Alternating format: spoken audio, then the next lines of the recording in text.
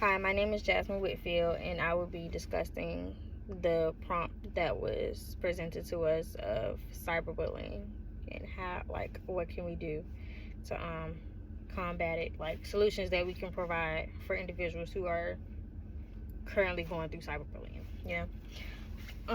Addressing the significance of cyberbullying compared to traditional bullying involves considering the emotional and psychological impact on individuals, as well as the differences in how these forms of bullying manifest. Cyberbullying can often feel less personal as it happened behind the anonymity of a screen, but it can also be relentless and pervasive, reaching victims at any time and place. This constant availability can intensify feelings of isolation and helplessness, making the impact of cyberbullying particularly severe. Regarding prevalence, it is evident that cyberbullying has increased significantly over the past 2 or 3 decades with the rise of technology and social media. While traditional bullying existed in schools and communities, the internet expands the reach and scale, allowing for a wider audience for harmful behaviors and creating a more persistent environment for victims. According to the textbook, research suggests that cyberbullying is increasingly placing pressure on the psychological welfare of young people. However, for young people, online communication using SNSs plays a vital part in the development of their social world, according to Actual 2020. To combat cyberbullying, various stakeholders can take meaningful actions. 1.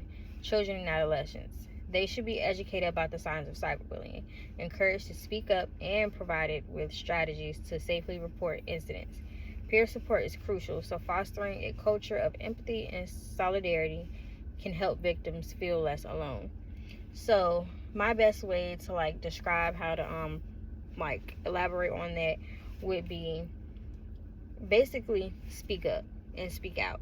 If you see any of your peers around you on social media being cyberbullied and you feel that it's going to get worse, or you sense that it's going to get worse, even if you're even if you're the one being bullied, it is best to basically document what's going on. So if someone is commenting mean things under your post,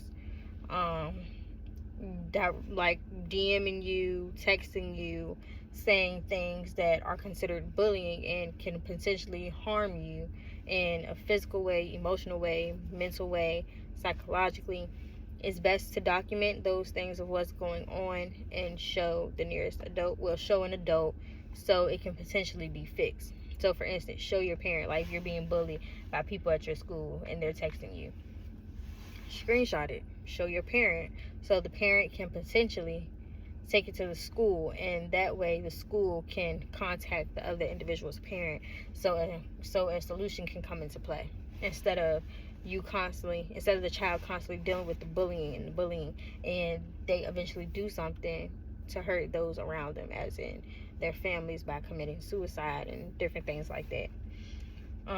2, parents.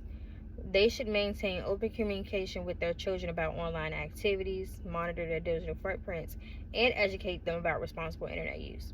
It's also important for parents to understand the platforms their children use and potential dangers involved.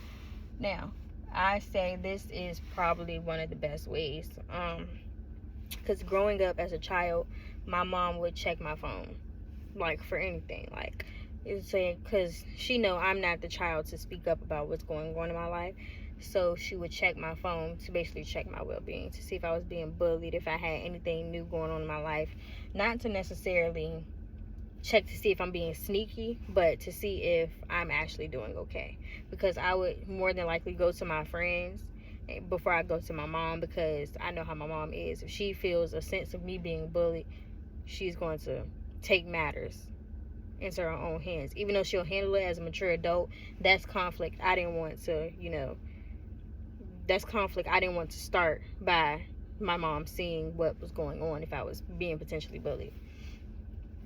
Friends and peers. Friends can play a key role in supporting victims by listening and standing against bullying behavior.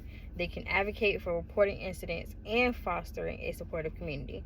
Now, let's put in a case scenario. If my friend was being bullied, I wouldn't necessarily address the bully personally, but I would personally encourage my friend to, speak up to their parent, go to a teacher, like any trusted adult that they can go to.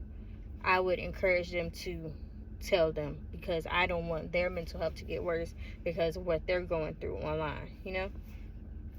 For professionals, medical doctors, psychologists, counselors, and social workers can become advocates for mental health awareness related to cyberbullying, offering resources and support those affected. School administrators should implement and enforce policies against both bullying types, create safe reporting mechanisms, and provide training for staff on recognizing and addressing cyberbullying. 5. Public awareness campaigns. Communities and organizations can establish campaigns to educate the public about the effects of cyberbullying and promote positive digital citizenship.